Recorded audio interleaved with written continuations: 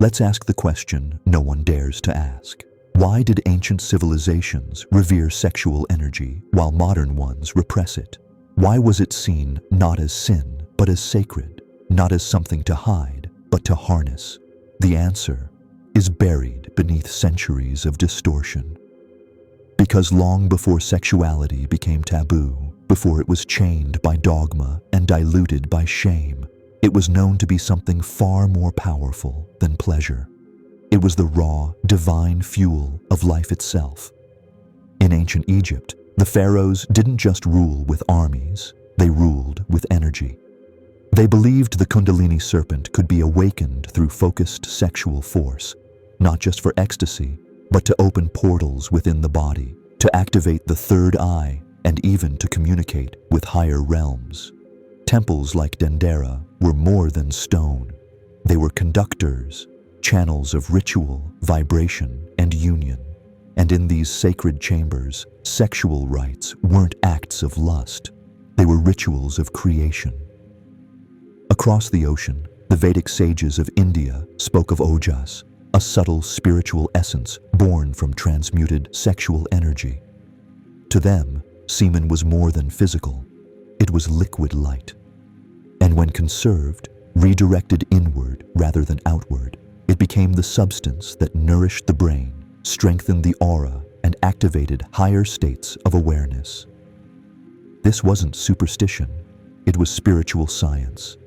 In the Americas, the Mayans, the Toltecs, the Incas, they too understood. They taught that sexual union between conscious partners could generate fields of intention so powerful they could alter timelines, and that in the moment of climax, if the mind was trained, it could project intent through the quantum field, bending reality itself. To them, orgasm wasn't the end, it was the beginning of magic. But then, something changed, and the energy that was once honored was buried, demonized, distorted, turned into currency, control, and shame. The secret was too potent, too liberating, and for systems built on fear and obedience, freedom is always the enemy.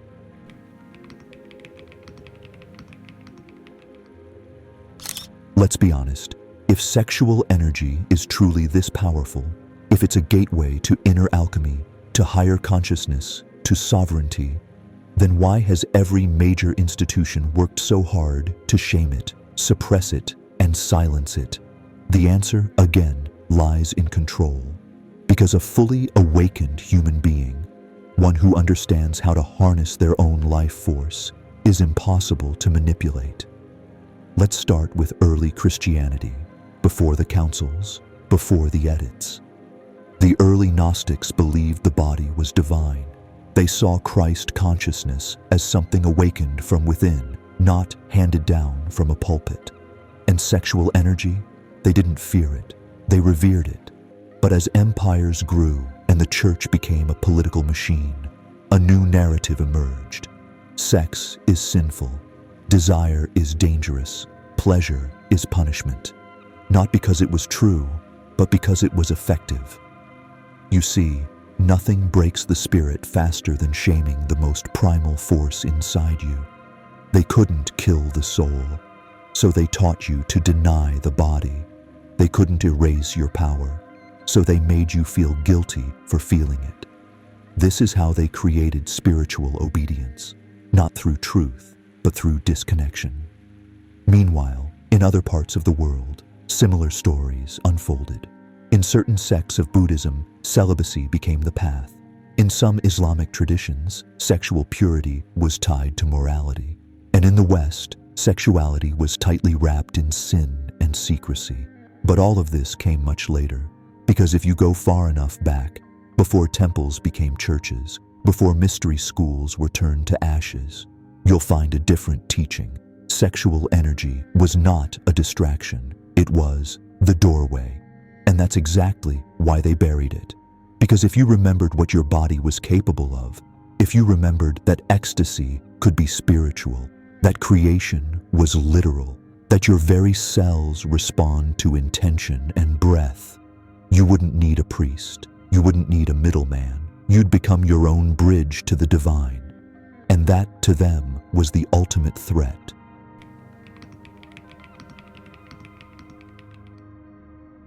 So what did the ancients really do with this energy? They didn't just talk about it. They worked with it, respected it, refined it. Because to them, sexual energy wasn't just physical. It was multidimensional. And depending on how you used it, it could heal, awaken, or destroy. In ancient Taoist practices, they mapped energy flow through meridians, chakras, and breath. They taught that with proper control, orgasm could be redirected upward, nourishing the organs, rejuvenating the brain, and extending life force. They called it sexual alchemy, not to suppress pleasure, but to multiply its purpose.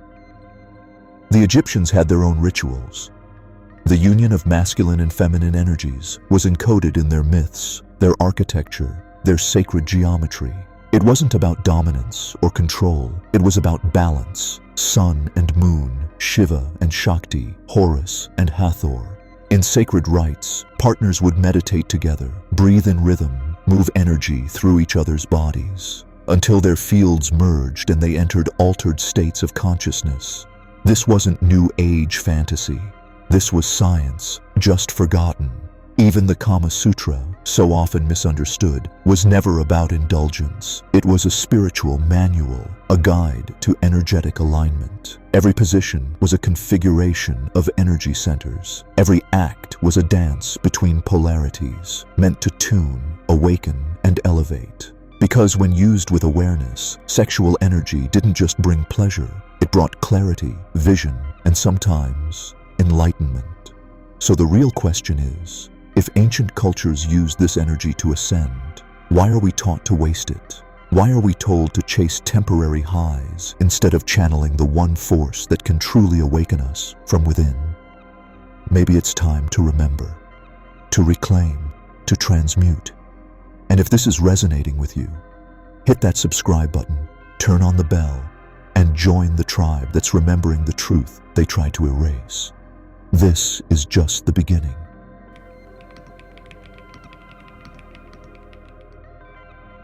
Let's strip it all down to frequency, because whether you're talking about chakras, orgasm, meditation, or manifestation, at the root of it all is one simple fact. You are energy. You are vibration. You are a signal being broadcasted into the universe. And sexual energy, that's your highest voltage signal. Why? Because it's tied to life force, creation itself. It holds the blueprint of your soul's potential, and it pulses through every cell of your body. When you're charged with it, you're magnetic. Ideas flow, people are drawn to you, synchronicities increase. But when you leak it constantly, through unconscious habits, mindless pleasure, guilt, or shame, you start broadcasting low frequency, confused energy, mixed signals, blocked manifestation. In ancient teachings, it was never just about abstinence. It was about containment and direction. Sexual energy is like a current. You can ground it, or you can rise with it. You can spend it, or invest it into your aura, into your intentions, into the frequency you carry every moment. That's what they don't tell you. You're not just here to feel, you're here to wield. You've probably felt it before. After a deep sexual experience, you're creatively charged. After mindless release, you feel drained or dull. When you conserve your energy, your intuition heightens. When you channel it, people notice your presence without knowing why. This isn't imagination. This is electromagnetic science. Your body is a transmitter. Your sexual energy is the dial. What you tune into is what you attract. But there's one catch. If your intention is unclear, your energy gets hijacked. This is why spiritual traditions emphasized purification, breath, and discipline. Because without clarity, your energy can be used against you. You might think you're free, but you're trapped in invisible loops of addiction, projection, and false desire. Until you take it back.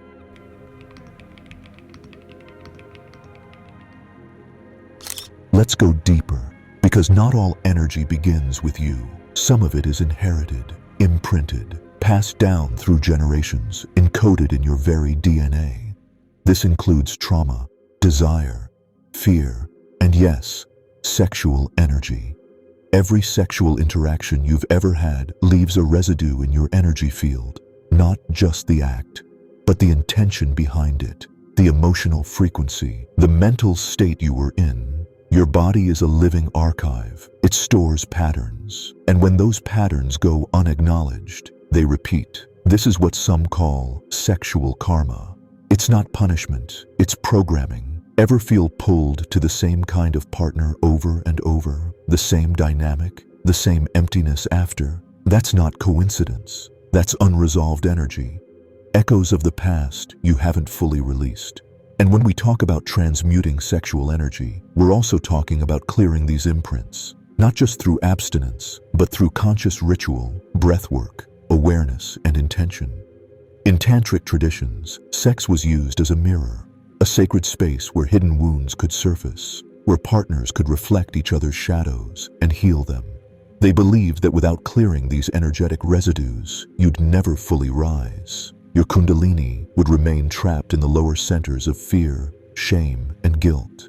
This is why ancient initiations required purification, not just of the body, but of memory. Because here's the secret most never hear. Your sexual energy isn't just yours. It's connected to your ancestry.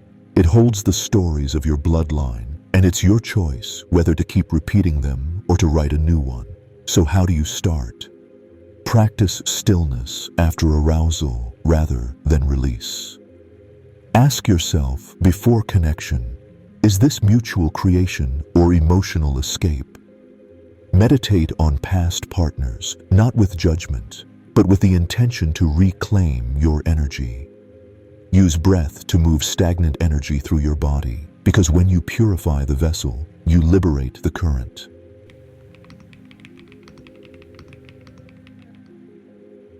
Let's map the journey. Because your body isn't just a vessel, it's a temple, a circuitry, a sacred pathway through which energy rises or collapses. And sexual energy is the rocket fuel.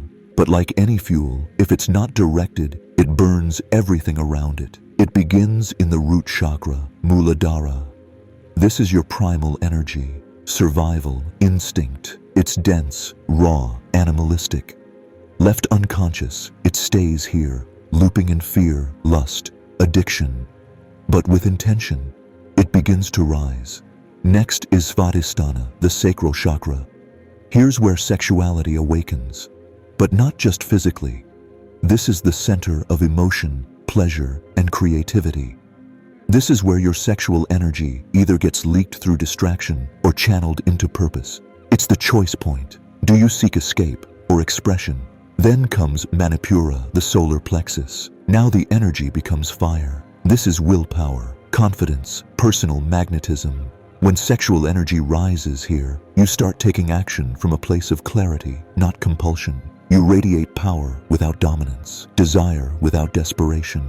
Then it reaches the heart, Anahata. This is where energy becomes sacred, no longer about getting, but about giving. Here, sexual energy transforms from self-centered pleasure to connection, unity, and healing. And without this bridge, energy can't reach the divine.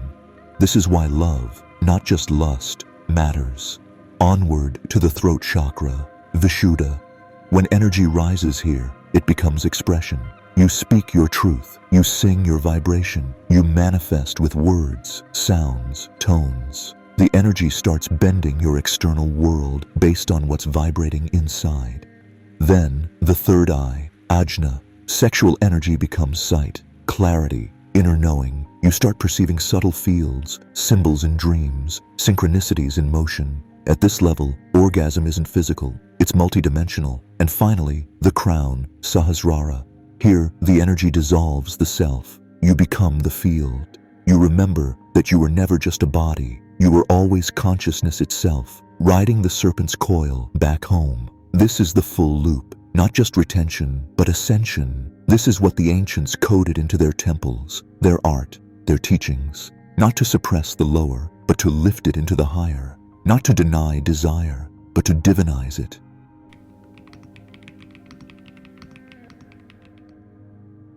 So how do you actually do it? We've We've talked about the theory, the energy, the chakras, the ancient wisdom. But now it's time to ground it. Because wisdom that stays in the mind never changes your frequency. Step 1. Retention with intention. This isn't about suppression, it's about presence. Stop defaulting to release. Notice the urge, sit with it, breathe into it. Ask, what am I really seeking right now? Most people confuse craving with connection, but when you pause, you create space for power. This one habit alone can flip your energy field in 30 days. Step 2. Microcosmic orbit breathing. This ancient Taoist technique moves energy up the spine and down the front of the body, circulating it instead of releasing it. Here's how to do it. Sit straight, eyes closed. As you inhale, imagine pulling energy up your spine from root to crown. As you exhale, guide it down the front, throat, heart, belly, back to the root. Make it a loop, a circuit. Do this for 10 minutes a day, especially during high arousal. You'll feel your energy spiral upward instead of out. Step 3. Alchemical journaling. After every urge, temptation, or sexual experience, write. Track your energy. Write what triggered you, how you felt, what changed. You're not just managing lust, you're mapping your patterns. This is the secret to mastery. Know thyself. Step 4. Mantra and sound. Use sound to guide energy.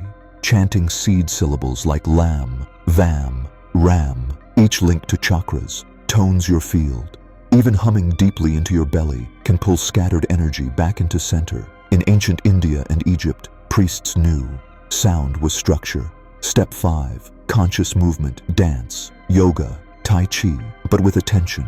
Feel where energy pools. Move from root to heart to head. Your body isn't here to be tamed. It's here to channel current. And the biggest mistake, trying to do it all at once. This is not a race. This is resonance. The goal isn't control. The goal is communion. Sexual energy isn't something to fight. It's something to honor, listen to, refine, until it rises naturally. Stop waiting for perfect conditions. Start now, right where you are, with breath, with stillness, with choice. Because transmutation is not an event, it's a lifestyle.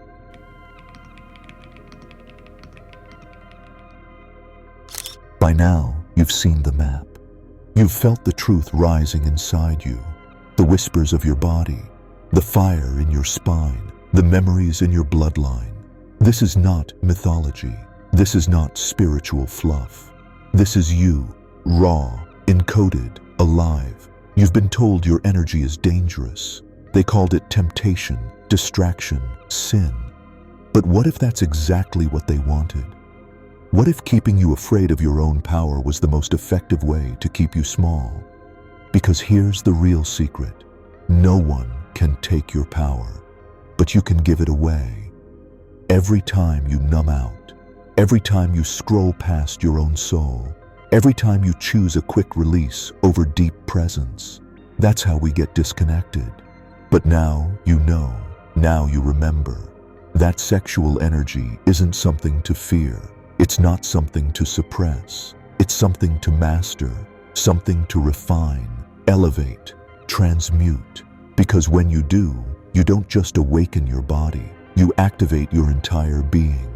You become the antenna, the portal, the bridge, and the world begins to bend to your frequency. So here's what you do next. Re-watch this video when you forget. Practice one technique tonight, just one. Notice how your energy feels tomorrow, and share this with someone who's ready to reclaim their fire. And if you haven't already, subscribe and turn on the bell, because we're just getting started. And trust me, what's coming next will shake your entire paradigm. But before you go, I want to ask you something, a question most never dare to answer. What would your life look like if you fully honored your sexual energy, not as shame, but as sacred? Let me know in the comments. I read every word, and I'll meet you on the next frequency.